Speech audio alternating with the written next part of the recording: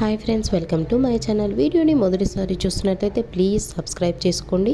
ఇక ఈరోజు వీడియో ఏంటి అంటే, మహాలక్ష్మి స్వరూపంగా భావించే చీపురుని మనం ఇంట్లో ఏ దిక్కున పెట్టాలి, ఏ రోజు కొనాలి, ఏ రోజు కొంటే మంచి జరుగుతుంది, ఏ దిక్కున పెడితే మనకు ధనవర్షం కురుస్తుంది మన ఇంట్లో అనేది ఈ వీడియోలో అయితే చూద్దాం.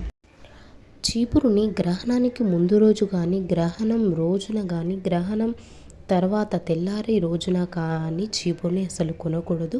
అలాగే చీపురుని సాయంత్ర సమయాల్లో, సంధ్యావేళ సమయాలలో చీపురుని అస్సలు కొనుక్కోకూడదు. మనం చీపురుని కొనాలి అనుకుంటే శుక్రవారం రోజున చీపురుని కొనాలి. అలా కొన్నట్లయితే మన ఇంట్లో ధనవర్షం కురుస్తుంది. అలాగే కొంతమంది విరిగిపోయిన చీపురుతో కూడా ఊడుస్తూ ఉంటారు. అలా ఇల్లు ఊడవడం వల్ల మన ఇంట్లో ధనం నిలవదు. మనం పేదవాళ్ళం అయిపోతాం. మన ఇంట్లో డబ్బు ఎప్పుడు కూడా నిలవదు. ఏదో ఒక కష్టం వస్తూనే ఉంటుంది మన ఇంటికి. అలాగే మనం ఎప్పుడు కూడా చీపురుని కాలితో తన్నకూడదు. అలాగే చీపురు నుండి దాటకూడదు కూడా. అలాగే చీపురుని మనం వంటగదిలో పెట్టకూడదు. ఎందుకంటే మనం వంటగదిలో ఆహారాన్ని తయారు చేస్తూ ఉంటాం.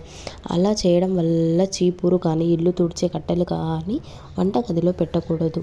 ఇలా పెట్టడం వల్ల మనం ఆహారాన్ని మనకు దొరకడం చాలా కష్టతరం అవుతుంది. చీపురును ధనం, ఆభరణాలు ఉండే చోట అస్సలు పెట్టకూడదు. అలాగే చీపురును చాలామంది తెలియకుండా గోడలకు ఆనించి పెడుతూ ఉంటారు. అలా పెట్టడం వల్ల అనవసరమైన ఖర్చులు పెరుగుతూ ఉంటాయి. అలాగే చీపురుని నిలబెట్టకుండా ఏదైనా తలుపు పక్కన పడుకోబెట్టాలి. అంతేకాని చీపురుని ఎప్పుడు కూడా నిలబెట్టకూడదు. అలాగే మనం పాడైపోయిన చీపురుని ఎప్పుడు పడితే అప్పుడు పడేస్తూ ఉంటాము. అలా పడేయడం కూడా మంచిది కాదు.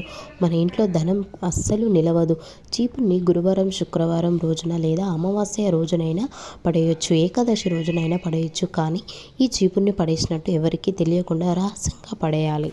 అలాగే చీపురును ఈశాన్యం, ఆగ్నేయం వైపు కాకుండా నైరుతి, వాయువ్య మూల ఎవరికి కనిపించకుండా చీపురును పెట్టాలి.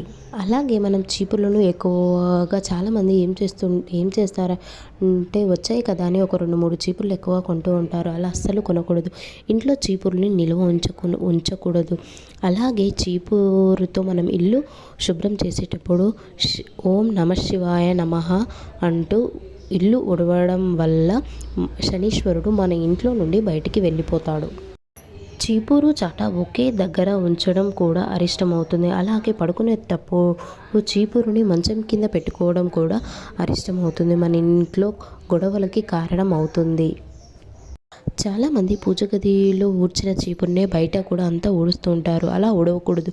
పూజ గదిలో వేరే చీపురుని, బయట వేరే చీపురుని ఉంచుకోవాలి. పొద్దున్నే మన ఇంట్లో వాళ్ళు బయటికి వెళ్ళేటప్పుడు వాళ్ళు వెళ్ళక ముందే మనం ఇల్లును కానీ, బయట కానీ మొత్తం శుభ్రం చేసుకోవాలి.